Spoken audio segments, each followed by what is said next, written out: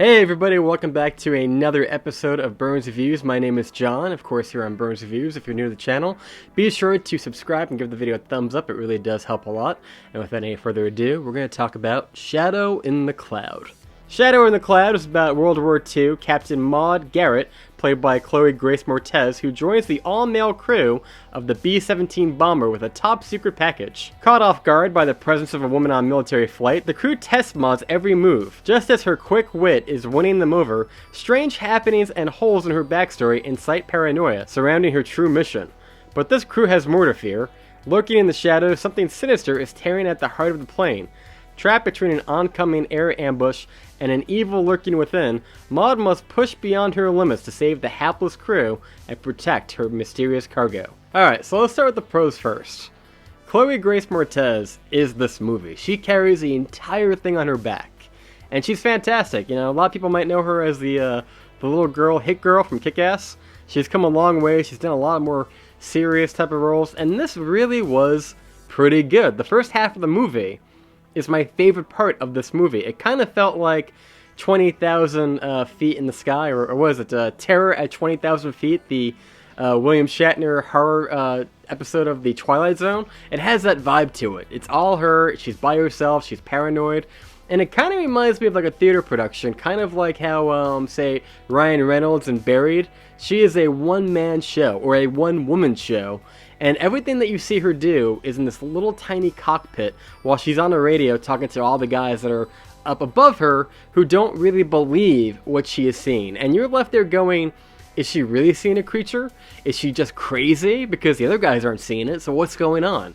And that was the best part of this movie. It really pulled me in. I also liked that they used 80s music. It kind of reminded me of the movie Drive. It had that synth sound to it.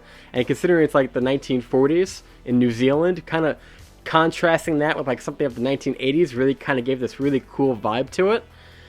But that's kind of where the pros begin to stop. When we get to the second half of this movie, the movie immediately turns into like a schlocky, over-the-top action movie that makes, you know, Fast and Furious 10 look like Citizen Kane. It feels a lot more like this could have been a great video game plot. Like, they could have taken the script and it could have been a great video game, because it kind of reminds me of like Call of Duty, where you're very much with the one character and you can kind of radio into these other characters who you never see on screen. And it's all action. There's one scene in particular where she's going across the bottom of the plane.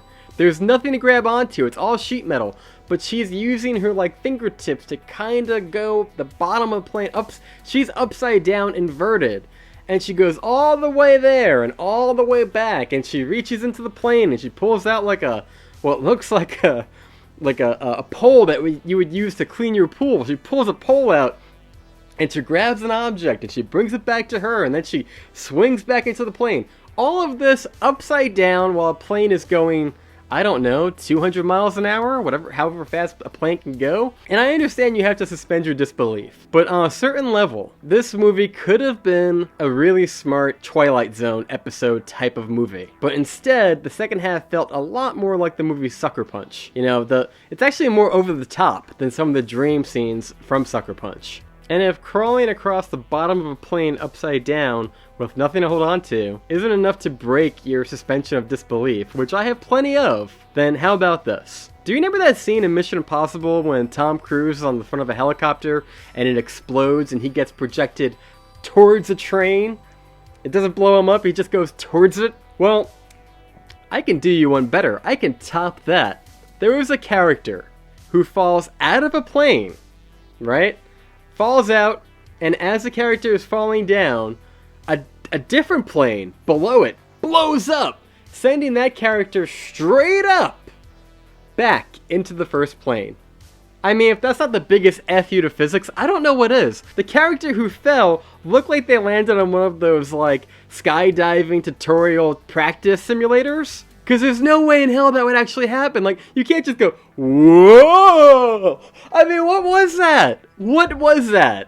So, like I said, be a Twilight Zone episode or be an over-the-top, you know, Fast and Furious kind of movie. Don't be both.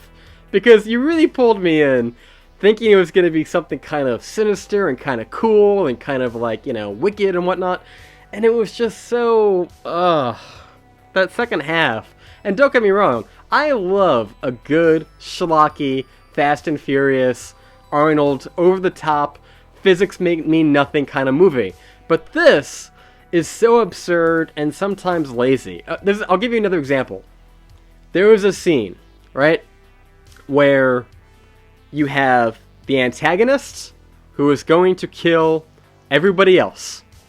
And you have 4 people that are just nearby.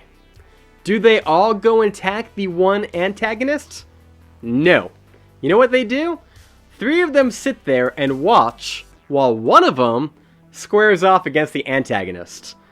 And then that scene is over, we pan back to the 3 other people and they're like, hey, like, what happened?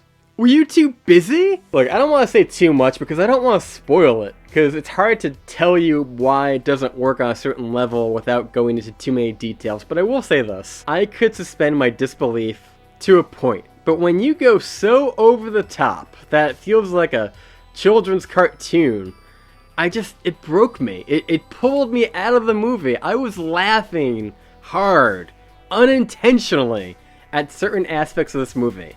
With that said, I enjoyed the hell out of it. So, I'll give you credit. Great 80s music. Chloë Grace Moretz is fantastic doing the acting she does in the first half, as well as the action scenes that she does throughout the rest of the movie, despite how funny they might be. I give them credit for a lot of the scenery and a lot of the special effects. I know they did a great deal of effort to do a lot of the green screening to make the windows in the background look as real as possible. I give them credit. But they really just pulled me out when they want me to... It's a big, tough pill to swallow to believe all the crazy, dumb shit that happens in this movie. Like, you guys are the point where you're like, okay, this movie is for dumb people.